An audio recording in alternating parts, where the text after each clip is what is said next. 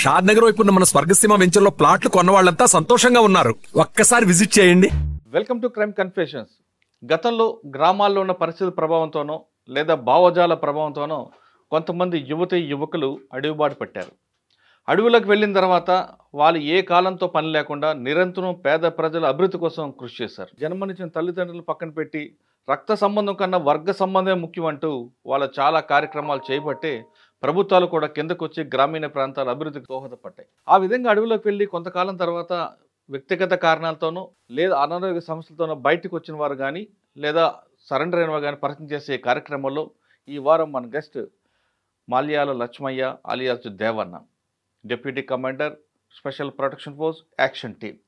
ఆయన గతంలో పార్టీలో చాలా కాలం పనిచేసి ప్రజల కోసం ఏం చేశారు, పార్టీ ఆదేశాల మేరకు పోలీస్ స్టేషన్లు పేల్చివేతలు కానీ లేదా మంచి కార్యక్రమాలు చేయడం కానీ అలాంటివి ఏ కార్యక్రమాలు చేశారు. ఆయన లిస్టులో Ramayampet police station, Sirnapalli railway station బ్లాస్టింగ్లు కూడా ఉన్నాయి. అది ఎందుకు చేశారు, ఎందుకు చేయాల్సి వచ్చింది, అన్నిటికన్నా ముఖ్యంగా శంకరన్తో ఆయనకున్న అనుబంధం ఏంటి అనే విషయాల్ని ఆయన అడిగి తెలుసుకున్నాను. నమస్తే. దేవన్న అలియాస్ వెంకన్న అలియాస్ మల్యాల లక్ష్మయ్య అంటే ఒకప్పుడు పోలీసులకి మోస్ట్ వాంటెడ్. ముఖ్యంగా మెదక్ జిల్లాలో మీ ప్రభావం ఎక్కువగా ఉండేది. రామాయంపేట పోలీస్ స్టేషన్ బ్లాస్టింగ్ తర్వాత దేవన్న పోలీసులు మోస్ట్ వాంటెడ్ అయ్యారు. రామాయంపేట తర్వాత సిర్నాపల్లి చాలా ఉంటాయి, ఇంకా వరుసగా చెప్తుంటారు. అప్పుడు పరిస్థితి ప్రభావంతో అటువంటి కార్యక్రమాలు చేశారు. కానీ పార్టీ ప్రజలకు చాలా సేవ చేసింది. మీరు పార్టీలోకి వెళ్ళిన తర్వాత ప్రజల కోసం ఏం చేశారు, ఎందుకు బయటికి రావాల్సి వచ్చింది, వచ్చిన తర్వాత ఇప్పుడు మీ జీవన విధానం ఎలా కొనసాగుతుంది, ఈ 3 ప్రశ్నలకు సమాధానం చెప్పే ముందు లక్ష్మయ్య అలియాస్ దేవన్న కుటుంబ నేపథ్యం, ఎందుకు పార్టీ వైపు భావజాలం ప్రభావంతోనా లేదా నిజంగానే మీ గ్రామాల్లో పెత్తందారుల పోకడుండి వాళ్ళని ఎదిరించడానికి అటువైపు వెళ్ళారా? పెత్తందారులు కూడా ఉండే. ఎవరన్నా మీది సొంత ఊరు ఎక్కడ? మాది కోనరావుపేట మండలం నిమ్మపల్లి గ్రామం, రాజన్న సిరిసిల్ల డిస్టిక్. అన్నలు అచ్చుడు పోగుడు ప్రభావం వల్ల మేము అంటే ఊర్లో లేదా పెత్తందారులది భూస్వాముల వ్యవస్థ అంత ఉంది. అప్పుడు దొరలు ఉన్నారు, మా గ్రామంలో కూడా భూస్వాములు ఉన్నారు, పెత్తందారులు ఉన్నారు. వాళ్ళందరికీ వ్యతిరేకంగా మేము రెట్టి సాకి. ఎంతవరకు చదువుకున్నారు మీరు? నేను పార్టీలనే చదువుకున్నాను, చదువుకోలేదు. అంటే ఏ వయసులో పార్టీకి వెళ్ళారు మీరు? నేను 20 సంవత్సరాలు ఉన్నా. 20 సంవత్సరాలు ఉండొచ్చు. పార్టీలోనా? కాదన్న, ఎప్పుడు పార్టీలోకి ఎందుకు వెళ్ళాల్సి వచ్చింది?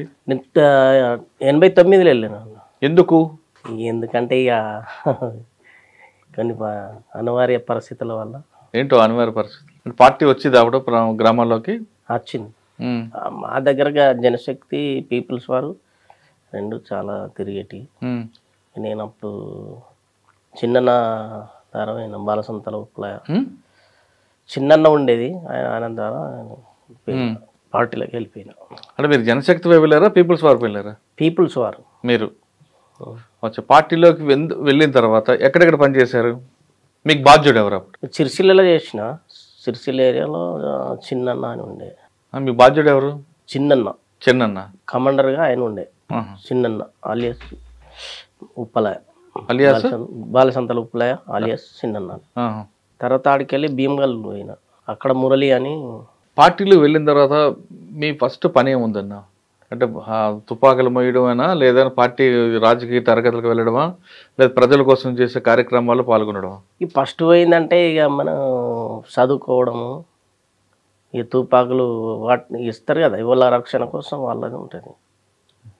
అట్లా ఎదిగినాక మన బాధ్యతలు అప్పచెప్తారు. అంటే పార్టీలకు వెళ్ళి చదువుకున్నారు మీరు? ఏం చదువుకున్నారు, ఎంతవరకు చదువుకున్నారు? ఇక దానికి సర్టిఫికెట్ ఉంటుందా? చదివినాము, తెలుగు మాత్రం. ఎవరు నేర్పారు మీకు?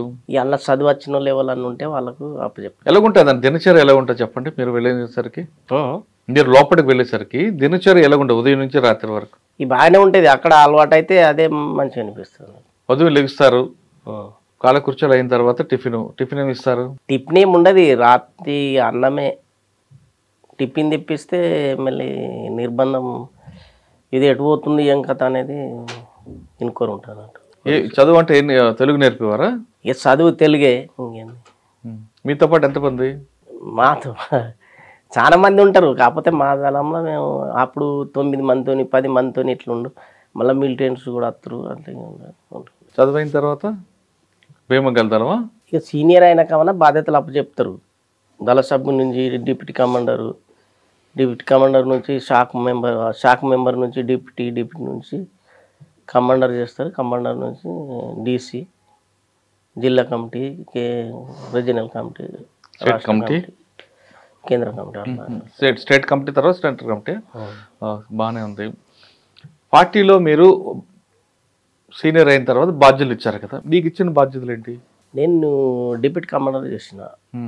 నాకున్నటువంటి బాధ్యతలు ఏంటంటే ఇక మొత్తంకు వెపన్కు సంబంధించి మనకే ఉంటుంది. ఇది వెపన్స్ ఎవరికి ఏది ఇవ్వాలి, ఏమైనా ఖరాబ్ అయితే చూడడము, ఇట్లాంటివి ఉంటాయి.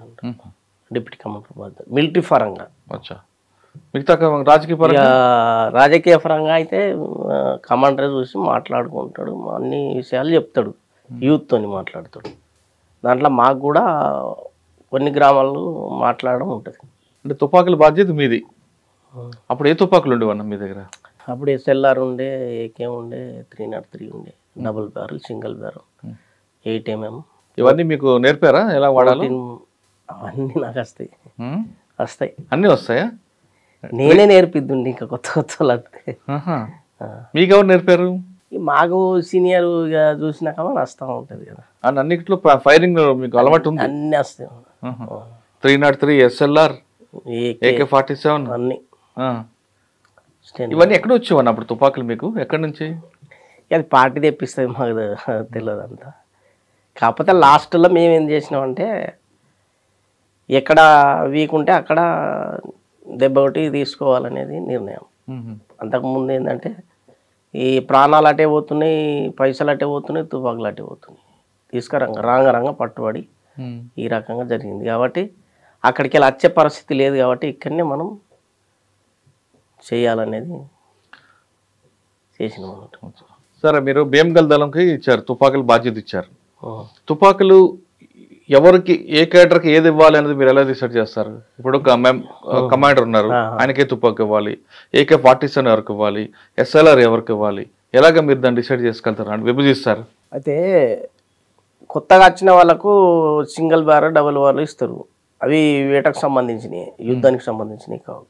303 కొంచెం సీనియర్ అయిన వాళ్ళకు ఉంటాయి అన్నట్టు, అది యుద్ధం చేసేది. SLR, AK ఎట్లా స్థాయిని బట్టి ఇవ్వడం. AK-47 ఎవరికి ఇస్తారు? కమాండర్కి ఇస్తారు. ఎక్స్ట్రా ఉంటే మళ్ళీ డిప్యూటీ కమాండర్కి ఉంటుంది. ఏది ఎక్స్ట్రా ఇంకోటి ఉంటే, ఎక్స్ట్రా ఉంటే డిప్యూటీ కమాండర్. కమాండర్ అంటే తుపాకీ బట్టి మనిషికి విభజిస్తారు కదా. AK-47 కమాండర్కి ఇస్తారు. SLR కూడా అలా సెల్ కమిటీ ఉంటుంది కదా, ముగ్గురు ఉంటారు కదా, దానిలో ఎక్స్ట్రా ఉంటే ముగ్గురు లెవెల్ అయినా పట్టుకోవచ్చు. Shock member. నెక్స్ట్ అయితే డిప్యూటీ కమాండర్కే ఉంటుంది. 303 ఇక షాక్ మెంబర్కి ఉంటుంది. ఎవరికి? ఇంకా ముగ్గురితో కమిటీ ఉంటుంది కదా, ఒకళ్ళు డిప్యూటీ, ఒకళ్ళు ఇది ఉంటుంది కదా, ఇట్లా ఇవ్వడం అన్నట్టు. అయితే అప్పుడు మేం చేసినప్పుడు దళానికి ఒకటే ఉండేది అన్నట్టు, ఏది SLR కానీ లేకపోతే AK కానీ. తుపాకీ అడవిలో నేర్పినప్పుడు ఫైరింగ్ సౌండ్ వస్తుంది కదా, ఎలా నేర్పేవారు మరి? సౌండ్ వస్తుంది మరి ఎలా నేర్పుతారు సౌండ్ రాకుండా? మీ సౌండ్ వేస్తారు పోలీసులు తెలిసిపోద్ది కదా. అక్కడికి ఏం రారు కానీ, అంత దూరం ఏం రారు. రారా? మేము ఆ ఊరికి ఈ ఊరికి మధ్యలో వెళ్ళినప్పుడు ఇది చేస్తాం అన్నట్టు, ఈయన రాకుండానే. ఈయన వస్తుంది, ఈయన వస్తే షికారీ ఉంటాయి కదా, ఎన్నో కొడతారు షికారీ. అంటే మీరు 303, SLR, AK-47 మూడు వాడారు కదా, మూడిట్లో ఏది కష్టం, ఏది ఈజీగా ఉంటుంది ఫైరింగ్కి? అన్నిటికంటే ఈజీ AKనే. 303 కూడా బాగా చాలా దూరం పోతుంది, కానీ కొంచెం వజన్ ఎక్కువ ఉంటుంది. AK-47 అయితే అది వజన్ తక్కువ ఉంటుంది, రేంజ్ ఎక్కువ ఉంటుంది. అంటే ఒక ట్రిగ్గర్ నొక్కితే ఎంత టైం కొట్టచ్చు? టైం ఏం లేదు, ఇట్లా అంటేనే పోతుంది అది. ఆటోమేటిక్, సెమీ ఆటోమేటిక్ కూడా పెట్టచ్చు. Automatic, semi automatic. Semi automatic అంటే ఒక్కొక్కటి కొడతాం, ఈ ఆటోమేటిక్ అంటే ఒకటేసారి పోతూ ఉంటాయి. SLR కూడా అట్లనే చేయచ్చు, దానికి కూడా ఆటోమేటిక్ ఉంటుంది, స్టెన్ కూడా ఉంటుంది. దాని రేంజ్ పెద్దదా, AK-47 రేంజ్ పెద్ద? ఏకేది అది సేమే ఉంటుంది, కానీ అది ఎంత దూరం పోయేది అనేది మనకు అర్థం కాదు, మనకు కనబడదు. అది దాని మీద రేంజ్ అనేది అనుకుంటాం తప్ప అది ఎంత దూరం పోతుంది అనేది మనకు కనబడదు, అది అందులోకి వెళ్ళినాక కనబడదు. ఫైర్ చేసినప్పుడు అది